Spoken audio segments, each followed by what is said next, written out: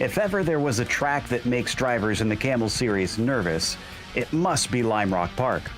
But for our prototype points leaders, the chaotic nature of the races here will undoubtedly have them sweating. Simply getting to the finish in one piece might wind up being job one as we get ready to watch round 11 of the iRacing Kamel GT series. And you'll see it all live here on the Global SimRacing channel. Hi, I'm Joe Peak, and with me in the booth is Adam Lindgren. Behind the scenes is our director, Sean Ambrose, and he's using cameras provided by Dougie Beard. Lime Rock Park hosted these very cars in the '89 championship, though not on the track at the same time like we'll witness today. Let's head to our track guide to learn more.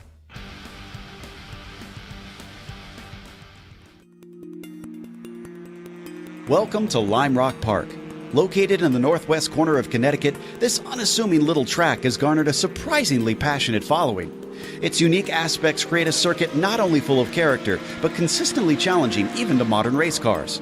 While it has 4 different possible layouts, on the classic version, only 7 corners are split along a 1.5-mile track, with just a single one of them turning left. Though simple in appearance, most drivers will tell you that trying to be fast here is anything but. The run down the front stretch into Big Bend offers pretty much the only viable passing spot, but it's a double apex right-hander which lures drivers into taking it too fast. The uphill is also scary quick considering its lack of runoff and can sometimes cause cars to get airborne over its crest. Then, on the opposite end, the downhill sends cars diving into a quick sweeper, which requires a good exit speed in order to defend or attack back into the first corner. Modern racing mostly uses the more recently built chicanes, especially at the uphill. But one of the most unusual facts about this track is that the races are never held on Sunday.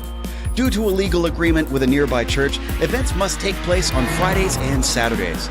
The confines around this place are tight, the passing opportunities are few, and mistakes are usually punished with race-ending damage.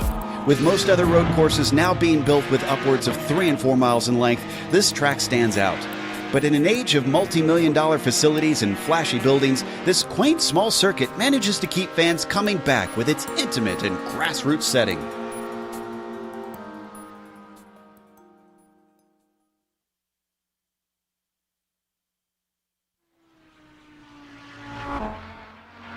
Well, Adam, even though they can't do single class like they had these back when they actually ran here at Lime Rock, they are running the same layout.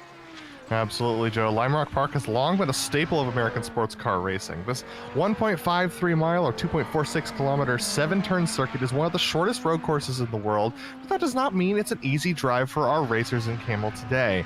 With lap times under a minute for both classes at a track that is only 2 lanes wide at every other point but the minuscule front straight, this fun little romper of a track takes on a whole new terrifying meaning when you run 2 classes around here.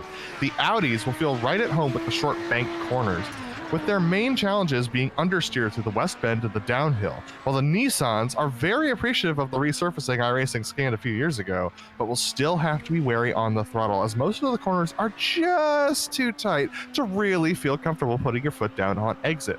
Multi-class around here, well, Kamel races a lot of tracks that many other drivers even admit aren't suitable for multi-class, but Lime Rock really takes the cake here. Expect the Nissans to be on the back of the Audis at about 2 to 3 laps, and for them to be significantly held up and endangered throughout. Watch for a lot of Audis getting punted into the grass on the exits of the corners, and for a lot of concertina effect pileups throughout the race for the Nissans. As you said earlier, Joe, this one is really a matter of survival of the wiliest. Well, certainly doesn't make things all that much fun for Gal and Havdal, who, if we take a look at the points, are at the top there, 18 points apart. Now, normally we talk about drop weeks, but both of them have 2 zeros for their drop weeks. So this makes it nice and simple going into these final rounds. And all that Gal has to do is outscore Havdal by 7 points, and he clinches today. Otherwise, Havdal could take it to the final round if he stays close. From there on back, Campbell, Sintes Guindo, and Olsen are your 3 competitors vying for the final step of the podium. What about the GTOs? Well, we're going to take a look from back to front here. Ian Haycock's moving his way into fifth. Then we got Niels Core, Hugh Haycock's in the third position. Reed Miller in second, 54 points behind Yuko Leskala. If you're wondering how Yuko pulls that off, well, he's completed 4 more laps than any other driver in the field and has less incidents than anyone in the top 10 by about half. So if you're wondering how to get as fast as Yuko Leskala, like the recipe is going to be starting with race pace and consistency and cleanliness, and then working on speed, because nobody is beating him on race pace, consistency, and cleanliness right now. And then, of course, for today's race details, penultimate round. So it's coming down to the wire now. And it's a 40-minute race versus the 60 that we had here last time they visited Lime Rock. It is an open setup series, so the drivers can tweak the cars to their liking. They have no fast repair, though. And we expect some damage to happen today, so that will probably come into play. And, of course, if you have too many off tracks, easy to rack up here, too. You will either get a drive-through penalty or a complete disqualification, depending on how bad you are with those. The track is so short that most of our qualifying is actually finished at this stage, and Alex Gall holds the provisional pole, but narrowly over Hovdal. Only 0.03 of a second. Leskala, no surprises here, is ahead on the provisional pole, but he's by half a second quicker than Ben Lafter. That honestly surprises me. Absolutely. It's important to note that all of the top 10 of, well, actually 9 of the top 10 of the GTP runners. Oh, Martin Krajcik taking the West Bend just a little too hard there. Major contact. That's going to make sure that he doesn't complete his qualifying second lap. Here's Hideki Koivisto. But as I was saying, Joe, the GTPs, all of the top 9 are underneath a second in qualifying. But considering the fact that they only do 38-second laps around here, that's actually quite a big margin. Yeah, it's significant. Carlos Fonseca didn't set a first time. Hideki Koivisto looks like that was good enough for 10th with a 49.3. So we're checking on Johnny Bell. Is he on his second lap? No, he's finished his second lap of 40.2. So Phil Lake is on. Phil Lake is on his second lap, Joe, and he's moved himself up to second position in the GTOs. Here's Albrecht Liebenau, who has the second most laps completed of all the drivers in the GTO class, 214 to Yuko Leskala's 218. Let's see where he can put himself. His fastest lap was a 49.5. That one was a 54 flat, so unfortunately not going to be faster for him. Here's Ove Trangerade, also doing a couple of laps here. But Phil Lake is coming through the West Bend to complete his second lap, and here he is on screen. Let's see how he does, whether he can put himself up ahead of Yuko Leskala. He's behind by 0.5. Yeah, still a major gap up to our pole sitter. Let's see if Lake's got the speed today. As he crosses, it is a 48.6. That's 0.2 faster. That won't get him pole, but it puts him within 0.3 of Leskala. Ove Trangerade has already finished both of his laps, so he is done for today. And I think, yeah, that is everybody who is able to set a lap. All the ones that you're still seeing out on track are just getting some extra practice in. And I suspect, since these qualifying laps do count for safety rating, I have a feeling that a few of them are maybe trying to rack those up. Absolutely, yeah. Your qualifying laps do count for safety ratings, so every single one that you complete, even the ones that you complete after your 2 allotted laps, do count towards that safety rating. So not only is it good practice, but considering there's only a couple of turns around here and it's a pretty safe track to race as long as you're not pushing super hard, it's a great way to rack up some nice little safety rating bonus for you in the last minute of qualifying. We have 8 minutes of qualifying here in the Camel Series because some of our longer tracks, and there's Ove Trangerade going for a nice slide through turn 1, but those 8 minutes around here, when you got 48-second laps at our slowest drivers, that's quite a long time. Mercifully, it's being held in the morning in the sim itself, Adam, so I'm seeing pretty cool temperatures. Do you think that'll be helpful to our drivers, or is it actually going to be tough to get everything up to temperature with such a short lap? Well, I think the Nissans are going to really struggle with the temperatures, especially going into turn 1. It is flat. It's a high speed, well, the highest speed, one of the highest speed corners on the circuit, and it's going to be side by side. I think we're going to see a lot of drivers struggling a little bit with that as we go into turn 1 for the GTPs. We might see a couple of guys losing the back end and sliding out through Big Bend. I love this. one of the drivers, Jason Gardner, said, "I'm just here for the SR. Be gentle." I think he's going to be disappointed when things get going, as it looks like qualifying's done. So let's run through our starting order today. Up on the pole, Alex Gall will lead that over Matthias Hovdal by only 0.03 of a second for that front row. Sean Campbell, who has been quick but hasn't been able to really take the fight to Hovdal and Gall for the championship, will be starting on the second row. You've got Laust Olsen with an excellent qualifying in fourth. Nick Schneider starting P5. Isaac Snyder will be in sixth, no relation, not even spelled the same, with Pablo Suarez starting seventh. Fabian Jungbluth will be P8, and Martin Krejcik in ninth. Rounding out the top 10, it is Heitor Sintez Guindo. You get to the next slide, Guy Otero starts in 11th, followed by Johnny Bell in 12th. Patrick Zilvazi will be 13th. It'll be Mudrack to the outside of him and Cope on the inside of the next row. Then it's Justin Barrera in 16th, Kyle Graham in 17th, and only two that failed to set a time are Carlos Fonseca and Roy Pruitt. We got Yuko Leskola here in the pole position for the GTOs, with Phil Lake lining up in second place. Phil jumping back over to the GTO for this race. Ben Lafter lining up in third ahead of Reed Miller. Good qualifying for Ben. Nick McConos is also going to jump back over to the GTOs for this race in the fifth position. Ove Trangrade lining up in sixth, bumped out by Nick and Phil as they qualified higher than him. Ian Haycox is going to line up in seventh position with Niels Kaur in the eighth spot. Devin Donne is going to line up in the ninth position with Mika Tupula in 10th. Hideki Koivisto lining up 11th. Miguel Alcalde in 12th. Mark Ole going to line up in 13th with Brian Shanahan 14th. Albrecht Liebenau in the 15th position. We've got Jamie Hamill-Smith 16th. Jason Gardner 17th today with Oren Laskin 18th. Michael Haynes 19th. And Mike Reuter, last driver to take a time, in the 20th position. Then we got Diego Gomez Taviera and Connor Babel, as well as Matthew Weiss. Connor Babel, Matthew Weiss, and Diego are drivers we haven't seen this season. Rounding out your 42 car field today, putting a new term, a new definition of the term "drive to survive," Joe. Oof, really. And, you know, those poor Audis that we're seeing come off the line, too, even though they're going to try and leave a gap.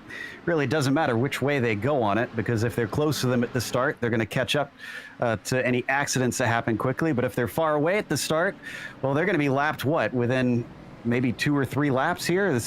I have to imagine it's such a short run that they're going to experience those prototypes coming through very, very fast. Absolutely, and the prototypes are going to struggle with those 3 new drivers that are lining up at the back of the field, Joe.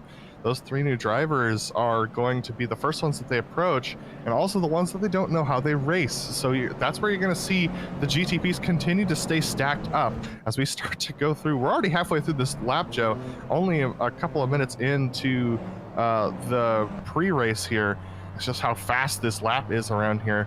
The GTP is going through the penultimate corner now, coming up towards Big Bend, getting ready to get going here.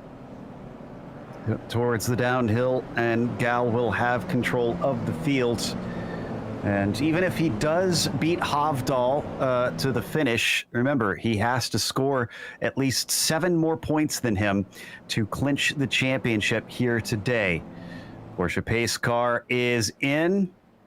Is Gall going to wait, or is he going to take off immediately? He's going to take off immediately. Green flag is out here for round 11 in Kamel GT. Good jump over Hovdal and Campbell. Oh, and contact immediately between Olsen and Schneider. They're going to make contact a second time through Big Bend. Neither of them go off, but fierce fighting at the front. Let's go to the GTOs. Yuko Leskola got too much of a jump at the beginning of the race. He actually caught up to Roy Pruitt and Carlos Fonseca, who are only about half a second ahead. But look at this. Phil Lake is tucked in right behind him, and side by side between Reed Miller and Ben Lafter for that third position. Reed's going to cut off Ben. Ben's going to get a good shot as they head down the no-name straight, but it looks like Reed's going to hang out of that position. It's nicely stacked up behind, but Yuko Leskola over Phil Lake and Reed Miller. Already we're finishing the first lap, and you can see those Audis do indeed get full air over the uphill corner. Didn't see any incidents, but it looks like maybe Roy Pruitt and the prototypes just had one. Otherwise, first lap looked decent. This is our lead in the GTOs, and Phil Lake is on it today. He's pulling the slipstream on Leskola, who tries to go as deep as he can into the first corner and barely holds off Lake as side by side behind them between Lafter and Miller for third.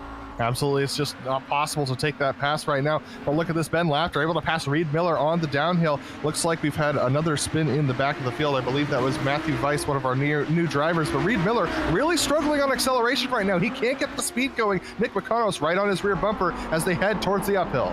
Oh, he goes offline. Oh, and that is going to cost him. As Mukanos is able to get through, he's not on the desired line. Oh, but is that a missed shift or what happened with Mukanos there? This is a chain reaction behind them as everybody's checking up. Absolutely side by side between Ian Haycox and Ove Traeger. They're able to get through, but Reed Miller's off track ahead of them. Oh my goodness, Reed's just not having a good race right now. Nick McConos goes by, Niels Kor's gonna go by as well, and then they're gonna go side by side contact between Niels Kor and Nick McConos as Nick goes off track. Looks like he gathers it back together. Four-wheel drive to the rescue for Reed Miller, allowing him to continue racing.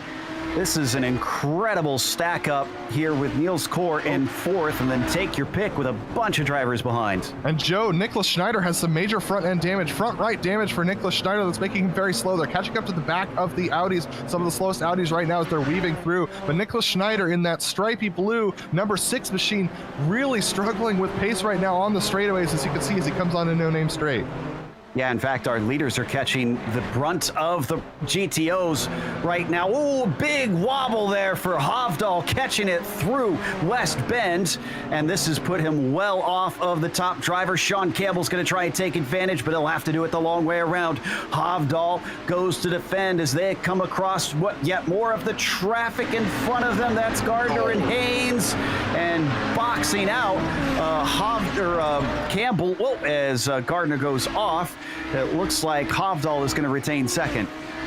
Hovdal retains second, but it's a big pileup behind them. Nicholas Schneider in the middle of a mess. Look at that as they're just weaving through these cars. It's so difficult to make it through side by side between Brian Shanahan and Mika Tupelo up ahead of these guys. As you see Sean Campbell catching up to the back of Matthias Hovdal. Sean Campbell and Matthias Hovdal going to go the inside of Brian Shanahan. Hovdal actually thinks, Campbell rather, thinks better of it and waits for the exit of the corner. Hovdal now up ahead of them, pretty free and clear, but Sean Campbell might have a better run down the corner. He does, and here we go 3 wide. We got 36 more minutes of this insanity, and Hovdal once again trying to hold him off, and it's gonna work. That traffic is just too thick right now for Campbell to be able to find a way by. It is 100% survival time right now, Joe. The traffic will get thinner as we see a spin up ahead. That's Hideki Koivisto going off track. He's actually going to shortcut through the uphill and get back onto the no-name straight all by himself. Hopefully he doesn't hit anybody, but watch as they go up the uphill right now. So close for all these drivers as they're trying to navigate through this field. And incredibly, Gal has used it to his advantage. He is 4 seconds ahead of Hovdal. Look at how much they have to check up here. And once again, a better run for Campbell. Can he get fully past him this time as they head towards Big Bend? Just as another car is coming out. Oh no, that's Mukanos, or no, Laughter rather, in front of Campbell. Absolutely, Laughter in front of Campbell, and that was actually I believe it was Nicholas Schneider rejoining the track behind these guys as well, right as they came into the corner. So that was really challenging. Schneider, and that's Ben Laughter, our 3rd place driver at GTOs, off with major front end damage. Hard hit into the wall, just a straight line into the Armco. Let's take a look at the replay. Yeah, I think this is Schneider just getting a little bit opportunistic there. He didn't expect Ben to turn in, but Ben was going for a shallow line so he could exit better on the no-name and just ended up making contact, sending him off. The thing was, Schneider was already a lap down. Sorry, Joe. It was about almost 3 wide for 5th position. Fabian Jungblut just made a pass on both Pablo Suarez and Isaac Schneider going into the entrance of Big Ben.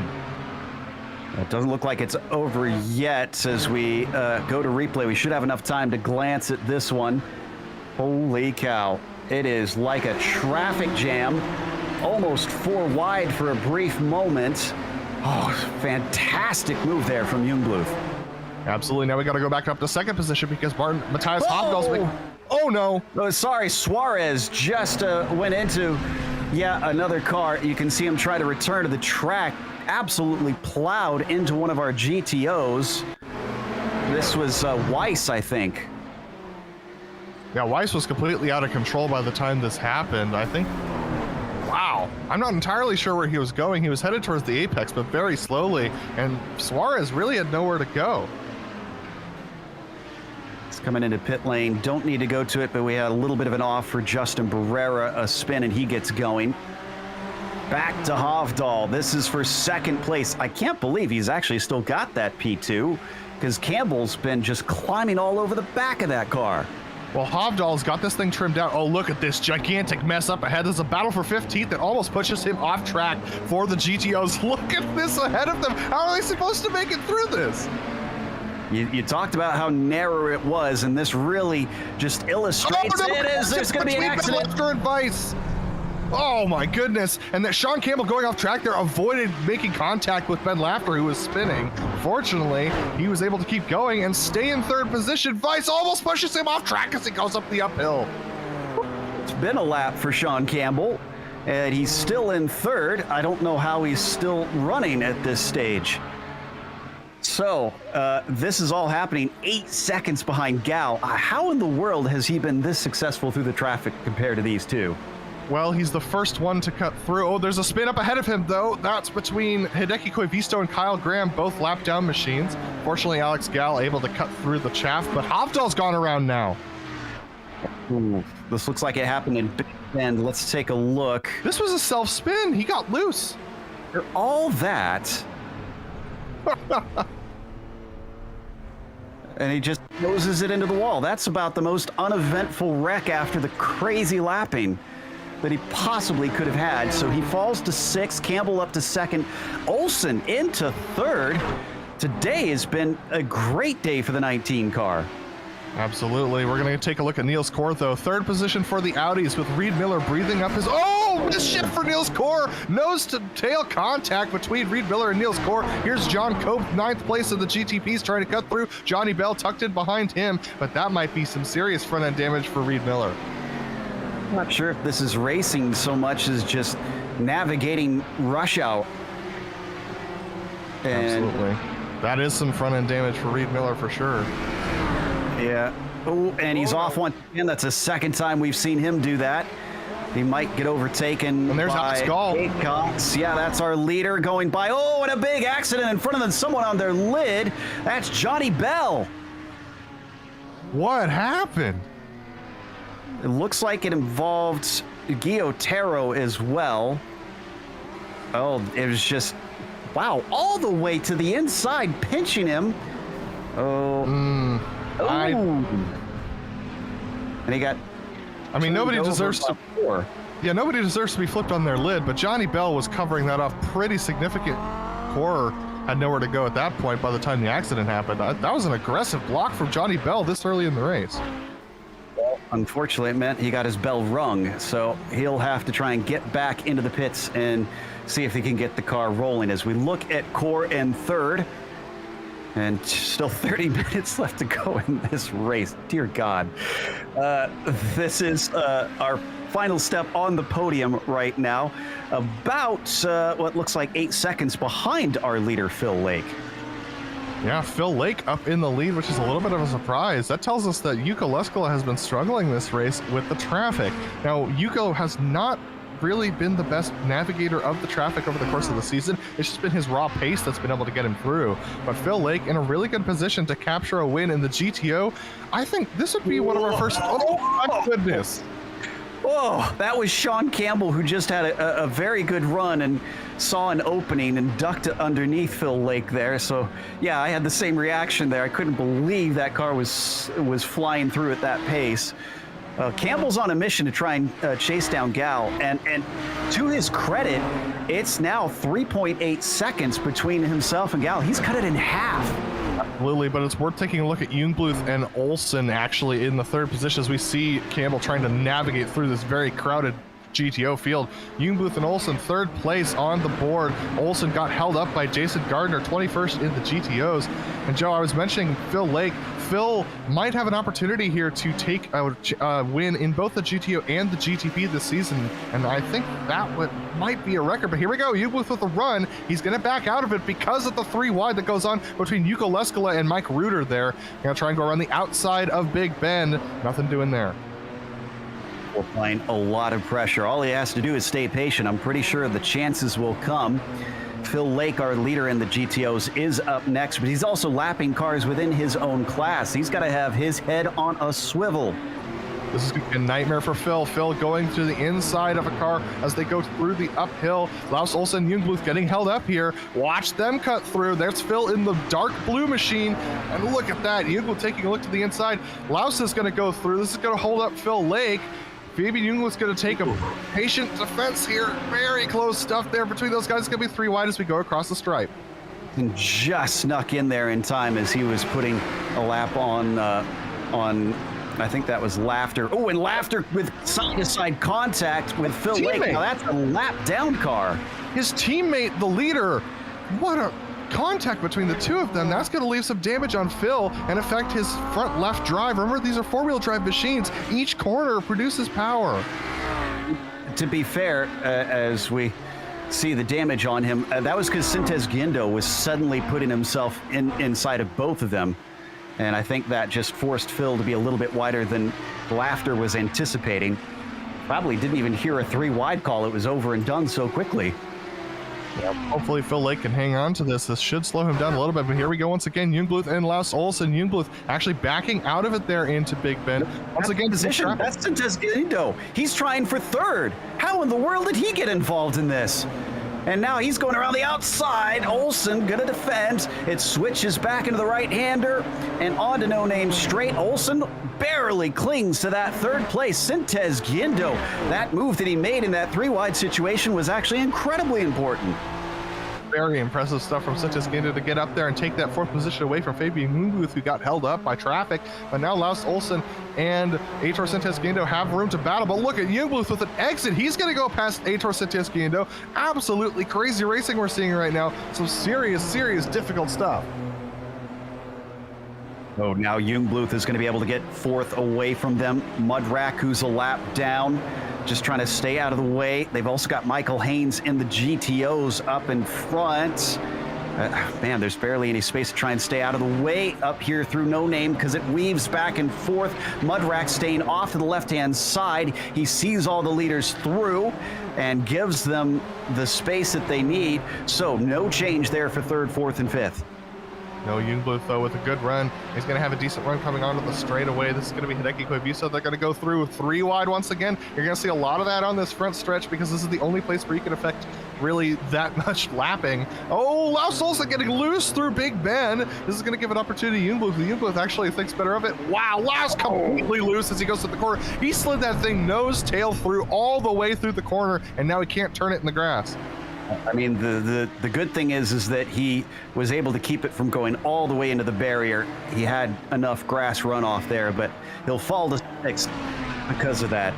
Back to some love for the GTOs. I haven't really covered much of the battling here, but this is for 8th between Ian Haycox and Albrecht Liebenau. Liebenau trying to hold on to this position over Haycox. Liebenau got that position early on because of some of the traffic that they were dealing with. But look at this, a late dive from Ian Haycox into Big Ben takes away that inside line. There's a little bit more banking on that inside versus the outside. Ian Haycox with a good opportunity. A little bit of contact between the two of them. Liebenau takes over the inside as they go through the left-hander. That battle for 3rd is coming up behind them. And it looks like Sintez Guindo is going to use the traffic to perfect effect. Oh, but he gets held up a little bit as Haycox couldn't get out of the way in time. Whoa! Absolutely chucking it in. That's going to send Liebenau around. Another bit of contact with Jungbluth. Spins across and also catches Ian Haycox. It ain't chaos on the uphill. Haycox hang on to it. He hasn't hit anything. He's just reversing around the track right now. Hard to find. Yeah, there he goes. Okay, he found the access road and gets himself a chance to turn around, but not quite fully. And there goes Liebenau anyways, but they've both lost positions. We got to do an onboard with Ian to see how he handled this thing. It just went backwards up the hill here. And look at all that's happening in front of him before that, too. And then he just decides, oh yeah, pit maneuver, sounds great. Wow, that is in the access track. That's some of the more clever responses to getting spun that I've ever seen. But unfortunately, oh no, he got enough damage. He's going to have to pit. So it was all for naught, unfortunately. Reed Miller, who's been on the track and off the track and just about everywhere you can expect in this short course, is still in fourth, trying to chase Niels Kor, who is only a second ahead.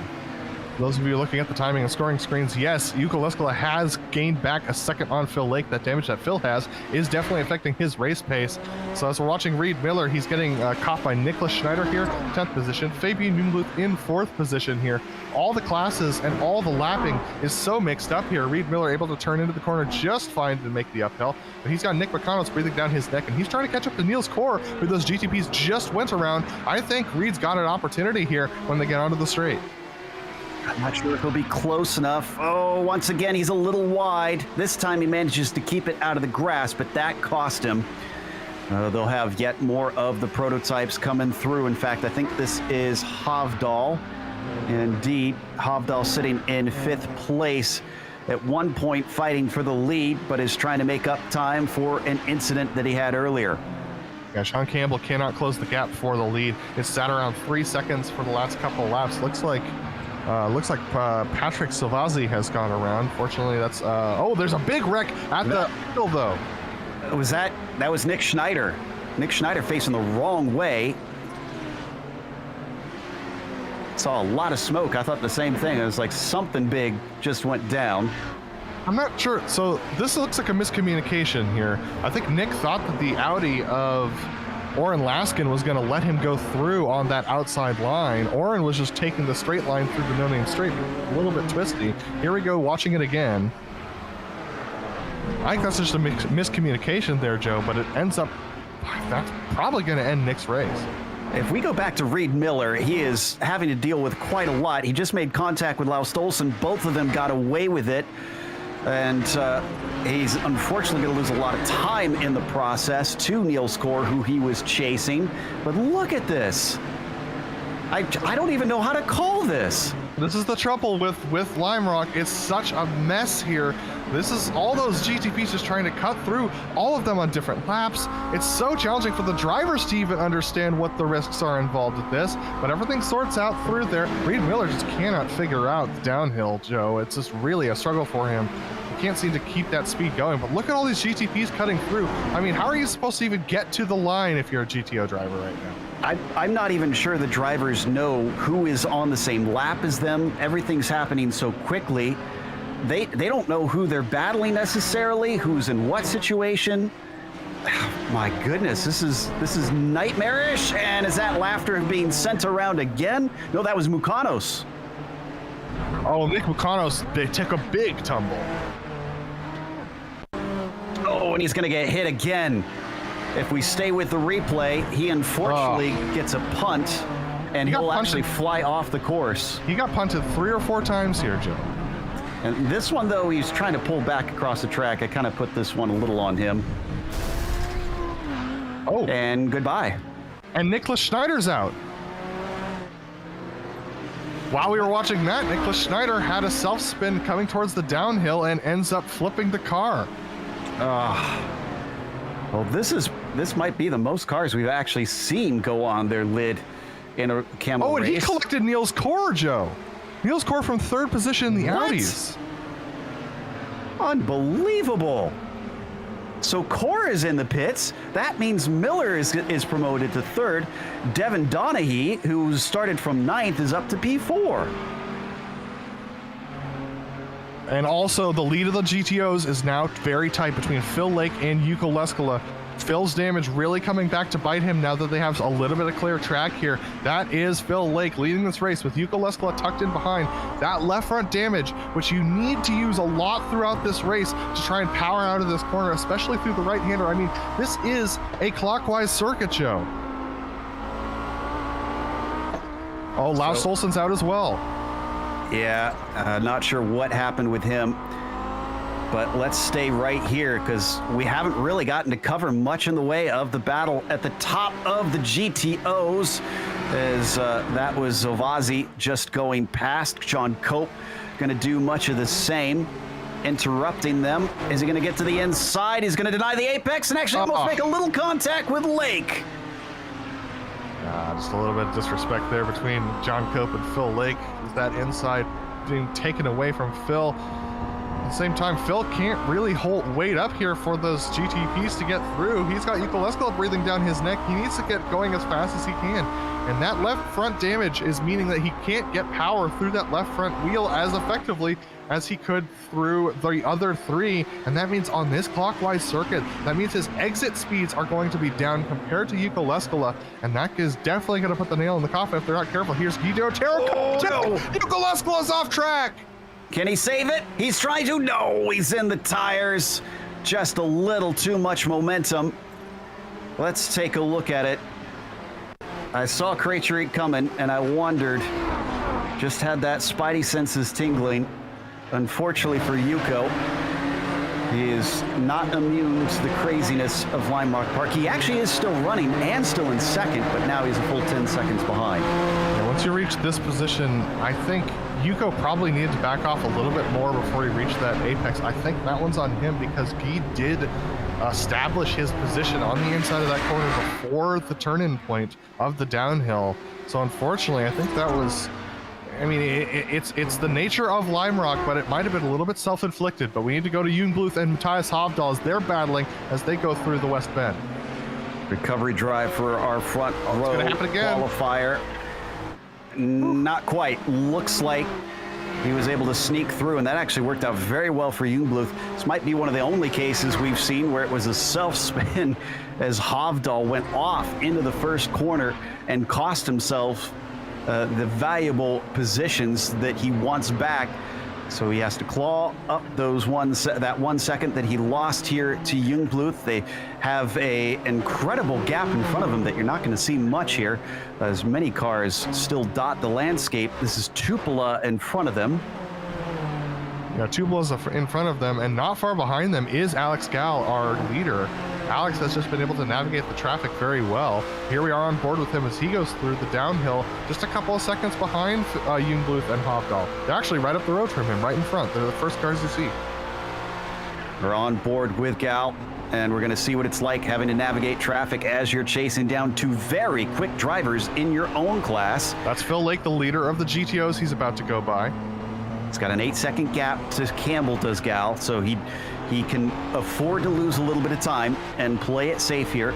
We noted before, he is one of the safest drivers in this series, so that will play to his advantage. Both Jungbluth and Hovdal held up a little bit by Liebenau. Now he's going to be right on the bumper of the pair of them. Ooh, this is looking good for Hovdal. Yeah, good run from Hovdal, and look at that. Jungbluth's actually just going to back out of it and let Gal go through. Let's see whether Hovdal does the same. It's going to be a little bit more difficult considering this is not an opportune place to do this. Hovdal also has to worry about Krejcik up ahead of him. Krejcik on a different lap, but oh, Hovdal misses the apex, and there Gal goes. Did he miss the apex, or did he try to let him through intentionally? I think he saw the blue flags. He wanted to let him by, just there's no good place. Oh, but Gal got very close to Koivisto. Gave himself just enough space at the uphill. Yeah, Gal's taking some risks, but he's definitely making them work. Looks like Jungbluth might have another opportunity at a run here. Ooh, he get held up on the downhill. Look at this, though. This is the traffic that they're all dealing with as they're snaking through all of this traffic. Now we got Hovdal chasing Gal, and not for position. This is he's been lapped all the way up to 4th position has been lapped for the GTPs. This is one of the wildest things we've witnessed in this series. And I'm actually impressed that they still have as many cars running as they do around this track. But right now, Gal leads in the prototypes and Lake leads in the GTOs. As, oh, wow, and Hovdal has taken this thing to the edge. We're now going to look at Schneider in the meantime, who is certainly having his own fun. Well, I don't know if getting pump drafted by Carlos Fonseca would be fun for him, but Schneider has some really significant damage on the rear wing that's affecting his straight line speed. Carlos Fonseca, though, has been tucked behind Schneider for most of the last 10 laps and can't seem to find his way by. He just can't seem to get the speed going on the twistier sections, while on the straightaways he's much faster, and that is Ian Haycox, who's parked alongside. Wow, that's a big wreck actually up on the uphill. Oh, and he was one of our front runners in the points too. So Ian Haycox looks to have his day finished prematurely. But look at this. This is Davin Dane and Ove Trangrade. Ove's actually going to back out of this a little bit because he sees the chaos happening ahead of him. Doesn't want to be any part of that. Devin Dane goes up ahead and passes Ben Lafter. Sean Campbell, second place, the GTPs, getting held up here by Dane. Dane in the dark blue. That was Campbell that just went by. We're on board with Ove Trangrade as he's working on Ben Lafter, who's a lap down from him, and Devin Dane up ahead, who he's battling with for fourth. As he's dealing with, as he goes off track a little bit, wheels in the grass there. Oh, and someone's spinning up in front. That's Dane. Devin's slow, Ove's quicker, and he's going to get fourth out of that. You know, now that I'm watching this and looking at the name again, it's probably Devin Donahue, but I apologize.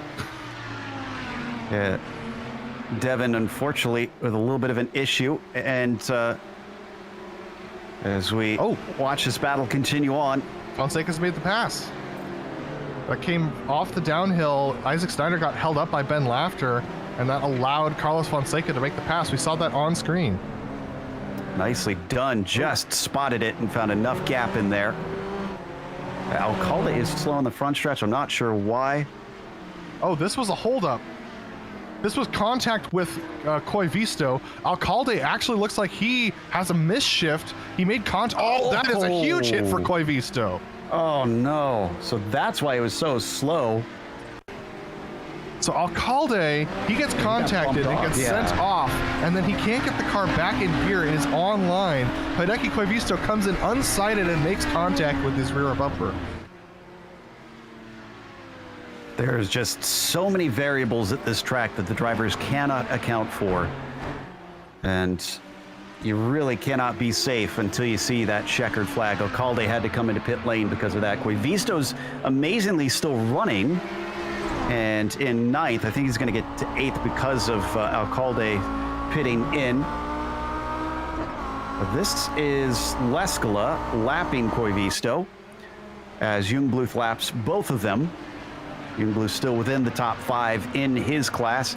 And Leskala, despite his big run-in with the tire barrier, he is still in P2. And, Isaac Snyder is off. Isaac Snyder with a problem out of the downhill, and I think this is another lone car incident. Yeah, this is his instability from that earlier damage. Reed Miller, holy smokes! Woo! How did he avoid that? Well, he saw the smoke happen. He was trying to figure out which way it was going to go, and he read it right, thankfully. How do you... Oh my goodness! I couldn't see a thing. I love iRacing's new smoke volumetrics. It makes it so impossible to drive through. I don't understand how Reed Miller knew where to go there. Oh, and Sean Campbell just had an off. That's our second place driver. He had some contact with Oren Laskin. Ooh, Oren. Close to contact. Yeah, I think he was expecting to go on the outside of Oren Laskin, but Oren Laskin locked up the front right coming into the corner. We're going to see it here as they go into Big Bend. Oh my goodness, the decision making that has to be done in split seconds through here. It's like a video game. That's as close as you can get.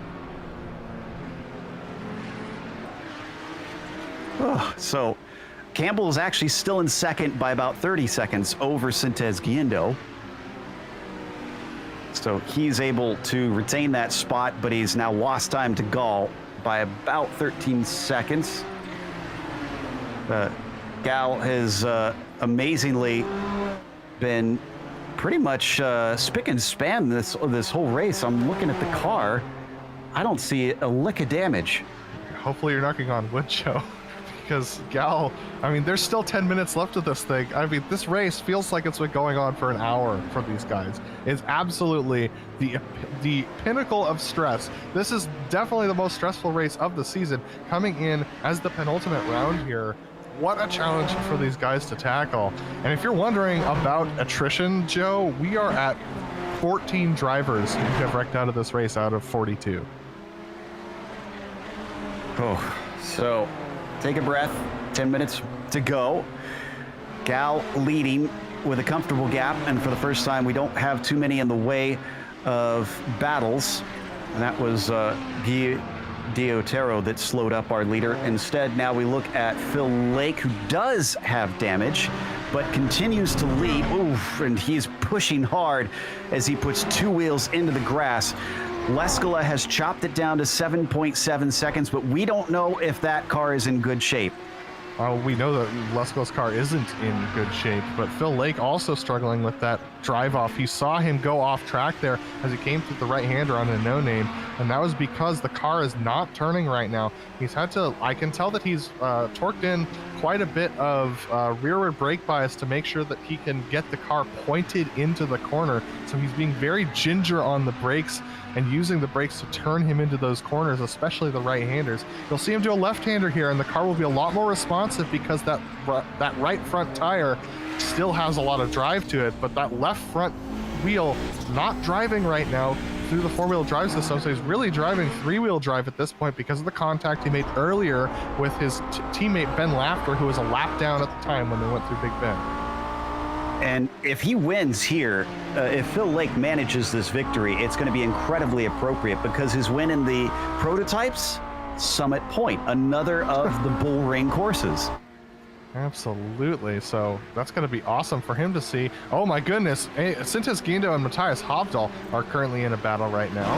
And Sintes Guindo and Hovdal tucked in behind Gall, who got a bad exit and is going to get held up here. Hovdal all the way around the outside, unlapping himself and making the pass. Wow, cheeky move from the number 5. He saw everybody checked up and just absolutely sent it. And Joe, Gall was slow because he has damage now. We're watching the battle with Hovdal. Watch his move here. Both of them down to the inside. And as they check up behind the 38, he gets a clear path and he is through. So what is Gall's pace like now that he's got that nose damage? So Gall made heavy contact with Hideki Koivisto, sent him out of the race coming into the uphill, and he's got significantly lower top speed now, Joe. So if Sean Campbell can keep his nose clean for the rest of this race, he might have an opportunity here to take the win away. Last Olsen was at the side of the track, but we don't need a replay. He just went wide in Big Bend. He gets it rolling once more. Campbell definitely faster. He's down to 5 seconds between himself and the leader. Gal is trying to pick his way through the traffic where he can, knowing that he is disadvantaged, and it'll be very tough to defend if he doesn't have the straight line speed. There in the back, that is Sean Campbell starting to gain. Yeah, and the white GTP that you just saw poke his nose out for a second in the back of that shot, we're with Alex Gall right now as he's going through. We're going to jump to Campbell as he's trying to navigate his way through the left-hander. He's got a much cleaner car at this point. He's cut down a second just in one lap. With 6 minutes to go, he should be on the back of him with about 2 minutes to go. That'll be about 3 laps to go, Joe. It's going to be tight. Campbell could make this work, but it's going to have to rely on that traffic to be kind to him and unkind to Gal. I was just going to say, I don't think you can rely on any sort of consistent pace here. No! Whoa! And he kept his foot in it. Sean Campbell with an around the outside pass in the grass to try and overtake Donaghy in hopes that he can win this race. Well, I think that he's committed at this point. Another second gone. Yeah. And I think it was thanks to that move. He knew that if he lifted there, he wasn't going to be able to get to Gal by the time the race ended. He had to keep his foot in it and just took it off track. He's now got Sintes Guindo, and that's Gal just ahead of Sintes Guindo up ahead of him. It's just one car separating himself and the leader, and he's got the run. There was the traffic. He's going to have the speed 3 wide for the lead, and it's going to be Sean Campbell up to the front. Now he's got to scamper away and keep the car whole. And that's obviously easier said than done around here, but Gal with significant front left damage, really affecting his straight line speed, cannot get any power down off of these corners, and Campbell just running away now. What a turn of events. Now, where do we sit in the championship? We haven't even really been able to cover and talk about that. Gal is actually 1 position ahead of Hovdal, so Matthias is keeping the championship alive right now. Remember, Hovdal, he's a full lap down from Gal. So No, he's unlapped himself. Now. He's managed to unlap himself. He's catching Gal. him. But that being said, we only have 4 minutes left, Joe. I think with 36 seconds separating Hovdal and Gal would have to wreck in order for Hovdal to make the pass. But like you said, he's keeping himself in this championship just by surviving this race right now. I don't think he's got enough time, although it looks like he'll bring it down significantly before this is over. 7 seconds between P1 and P2 in our GTO class. This man in the blue and black GTO, Phil Lake, has been able to hold off Leskala. But I still think that Leskala's damage is not as significant as Lake's, because he's got it down to 6 seconds. I think both of them are struggling with similar damage. The difference is that Leskala's happened later, which means he has more tire to use versus Phil Lake, who's probably spent up that left front tire just trying to push it through the corners. So Leskala with a little bit more pace, but also Phil might just be managing pace at this point. With the 6 second gap and 3 minutes to go, there's a good chance that he can hold on to this if he just manages his pace from here to the end. So 40-second laps and just under 3 minutes, so we've got about 4 or 5 laps to go. Watching Lake almost look serene for a brief moment without being lapped. Campbell has got it up to about 5 seconds over Gal. But as we've seen, that is no guarantee around this place. He's going to go around our GTO leader the long way around the uphill, then hold up slightly behind Hamel-Smith, just trying to make sure he plays the odds, keeps it safe.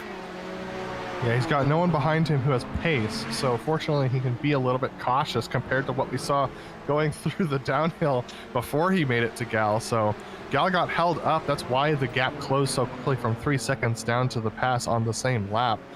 But Joe, looking at the timing and scoring, and we only have 29 drivers left driving around here, and a good 5 or 6 of them have damage as well. So there's a lot of drivers who have fallen afoul of just how intense this track is, with 42 cars driving around it. Order of the fields that will not see the checkered flag here today.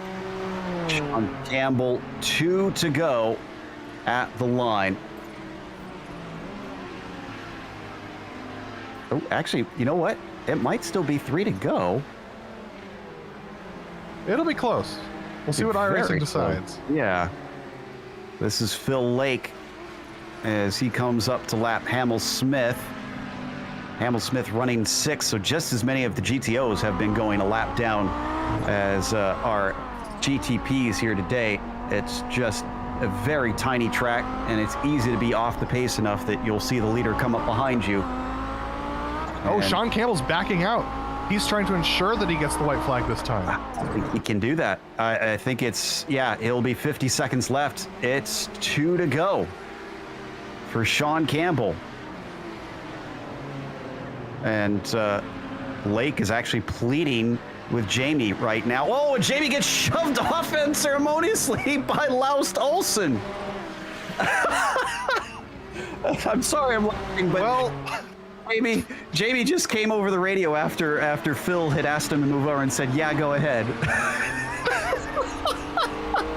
Well, Laust decided to make that wish come true for Phil. It's the most ridiculous pass I've ever seen. Okay, white flag is out for Sean Campbell as he crosses the start-finish line. It's 8 seconds between himself and Alex Gal. And he should be able to bring this one home as long as he can stay out of trouble. Easier said than done. He's just got a few lapped cars in front of him, Ben Laughter or in Laskin, and that should be it. He's along the no-name straight. And here's this Phil. is Lake taking the white flag. Yeah, Phil Lake taking the white flag for him, but we need to go back to Campbell because he's about to finish this race, because that's how short the laps are around here. About 40 seconds long for most of them. Sean Campbell gonna take the win here in the prototype, surviving the madness of Lime Rock Park. Phil Lake still coming around along no name. He's still got about 4 seconds over Leskala. And for Phil Lake, this will be his second win of the season and his first in the GTO, so he'll have one in both classes. He lets by Johnny Bell and Isaac Snyder to make sure that he has an uncontested run to the finish. And Phil Lake coming through the downhill for the final time, able to make it off cleanly. Phil Lake will win here at Lime Rock. I have to start calling him the Matador, the master of the bull ring here in Kamel GT. And the rest of the drivers pretty much all through. So let's head to break. We'll come back with the official results as well as driver interviews. Don't go away.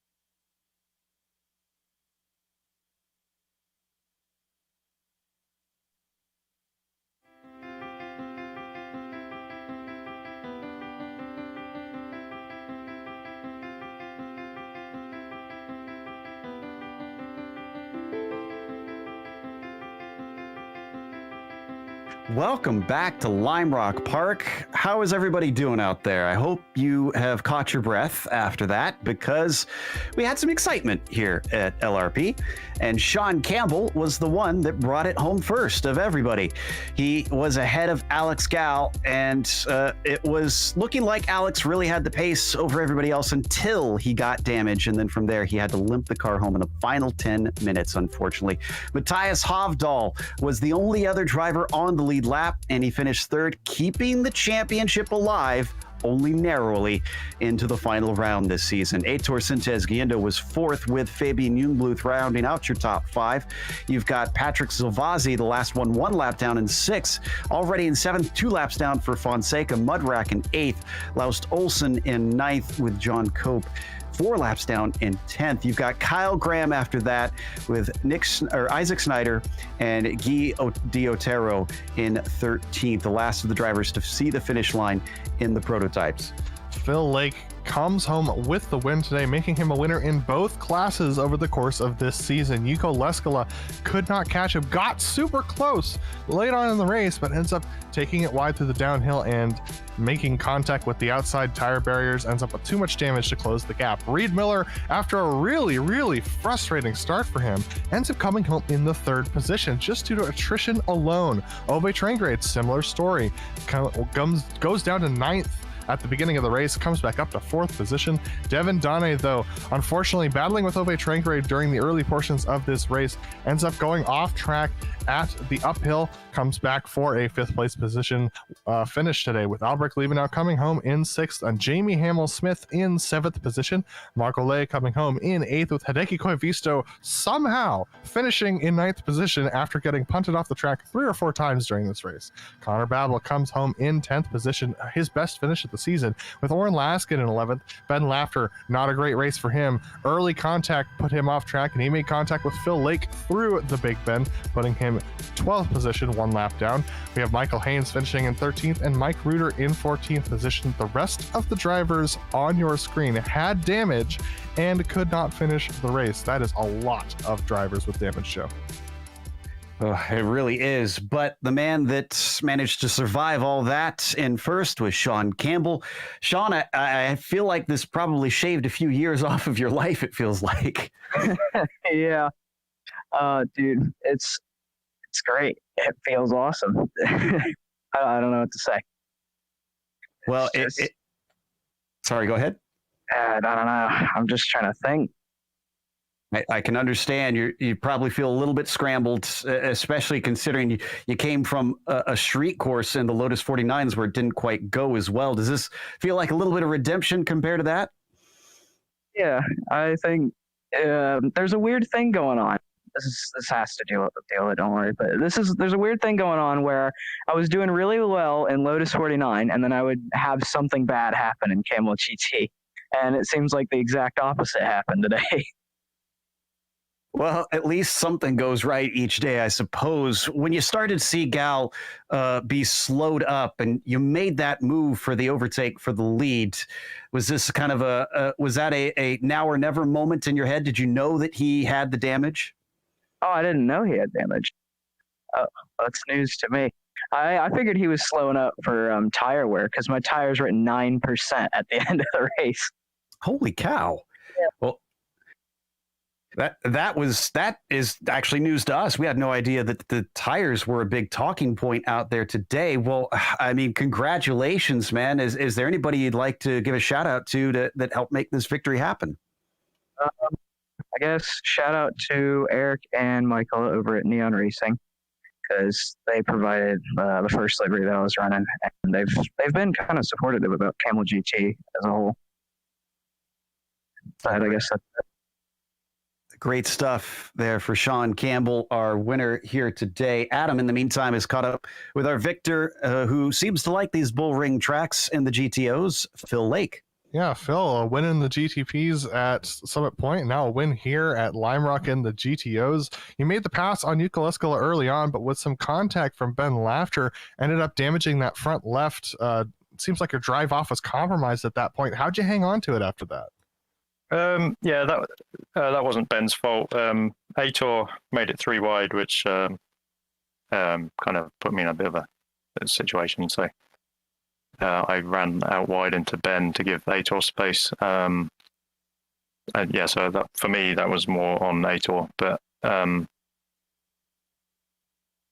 yeah, I don't think the damage really affected the car. Yuko had a little bit more pace than me, which is not surprising really. So it was just managing the traffic. Like Joe just said, I do like these tracks where it's just constant traffic because I feel like after, what is it, like 5 years of doing this now, that I kind of have a bit of a grasp of the traffic and I can survive these races. Absolutely. A lot of drivers talk about racing the track and racing the car, but you definitely raced the traffic today. But with 42 cars on track, how challenging was it to get around here quickly? For the Audi, it's actually surprisingly not that bad.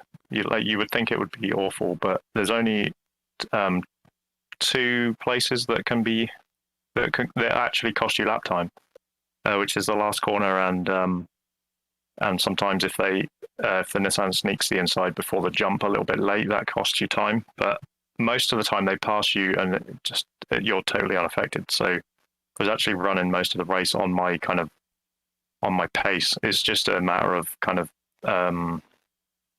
what's the word I want? Kind of showing the Nissan where you're going to be, so they know where to go. just kind of communicating with the body language of the car, I guess. Absolutely. And we have one more race left in this season. Since you've been swapping between the GTO and the GTP, do you have an idea of what car you're going to race for the next one? I think I'm sticking with the GTO. So next season I'll be in the GTO. So it makes sense, I guess, to do next week in the GTO as well. And I really love Road Atlanta, so it's another one like this with crazy traffic. So we'll see how we go there. We're definitely looking forward to it, Phil. But congratulations on the win. And is there anyone you want to thank before we let you go? All the Dirty Talk guys, you guys, and that's it. Thanks. All right, that was Phil Lake, our winner in the GTO. So next up, we're going to talk to Alex Gall, who unfortunately ended up with damage and finished second place, getting passed by Sean Campbell in the last 5 minutes. Yeah, Alex, it looked like it was just as much chaos for you out there. But before you got that damage, you at times were a full 10 seconds ahead of the next car back. What's the trick to being able to manage the traffic quite that way? Well, I wasn't so lucky, was I? I would say this track puts so much pressure on the drivers. It's just a test of all the racecraft, and what's difficult is that it's not over 10 laps, or it's 50 laps, 60 laps of traffic. So you have to stay focused for so long. I tried to stay focused as much as I could, and in the end, I think it's Hideki that ended up tagging me, and so if it's not you, it's maybe somebody else that's going to lose focus and maybe compromise the race. I'm kind of mad to lose it, but I guess I'm quite lucky that I didn't even get the meatball over this, because I jumped over the boulder of the Grand Prix layout, and I completely wrecked the car. So I guess it's not that bad in the end, but yeah, it is what it is. Once you saw Sean starting to approach you, did you kind of resign yourself that he was going to overtake, or were you still going to try and fight it tooth and nail? I just couldn't. I barely had the speed to put out fifth gear, so I was very happy with my 13 seconds gap, and then it just it kind of didn't work out in the end. I wish I could win this, because honestly, winning Lime Rock Park is quite shows that you quite know what you're doing, because it's I've seen a lot of death in that race. It was kind of Vietnam. I quite enjoyed it in the end, but it finished a bit too soon. I wish it just lasted the whole 40 minutes. Yeah, unfortunate. But that's the way the cookie crumbles sometime. Next round for the finale, where you can finally potentially wrap up the championship at Road Atlanta. That traffic experience might come in handy. Do you see yourself favored down in Georgia? I used to be. It's one of my favorite tracks, and the last time I went there in 2004, I was quite successful. We'll see. I have I have a lot of experience in the LMP2 cars and such. It comes down to managing to not catch the GTOs in the SS, because if you do, you will lose a lot of time, but otherwise it's kind of okay. You're not really held up anywhere, only this spot, so I probably maybe not come out on top, because it's quite difficult now at the end of the season, with Sean being really quick, Matthias always quick, so they'll give me a good race. I'm trying to keep up and trying to make sure I can do something on this season finally, and try to win the season. Luck to you. That was our second place finisher, Alex Gall. And I believe Adam has caught up with the man who's trying to chase him for the championship, Matthias Hovdal. It's fantastic recovery drive today. Talk to me about the entry into Big Bend, though. Did you just get it a little bit too hard on the brakes there that sent you off track, or was something else up? I think I just got a little unfocused and screwed up the braking, basically. And when you get in the grass there, it's over. So, that was a silly mistake, really. Fortunately, not too much damage, and you're able to claw your way back up to the third position and keep yourself in the points championship for the final race. But talk to me about the traffic today. It's been obviously the talking point throughout the week, but also after this race, what are your thoughts? Yeah, I thought it was terrible, to be honest. I think I had a pretty decent setup. I had good pace, and I feel like that didn't matter at all. This is kind of like Talladega or something in NASCAR. There's a sort of skill to it, but it doesn't really have much to do with driving your car fast, I feel. So, yeah, this is really to my taste, I gotta admit. Yeah, next week we head to Road Atlanta, which, I mean, it's not an entirely similar feel, but there is the S's portion, which can feel a lot like a little taste of Lime Rock Park. What are your thoughts heading into our final round, and especially in a challenge against Alex Gall for the championship? Yeah, so I don't know what the standings are like now, but I guess I had a theoretical chance this race, and it's really getting theoretical in the final round, I guess.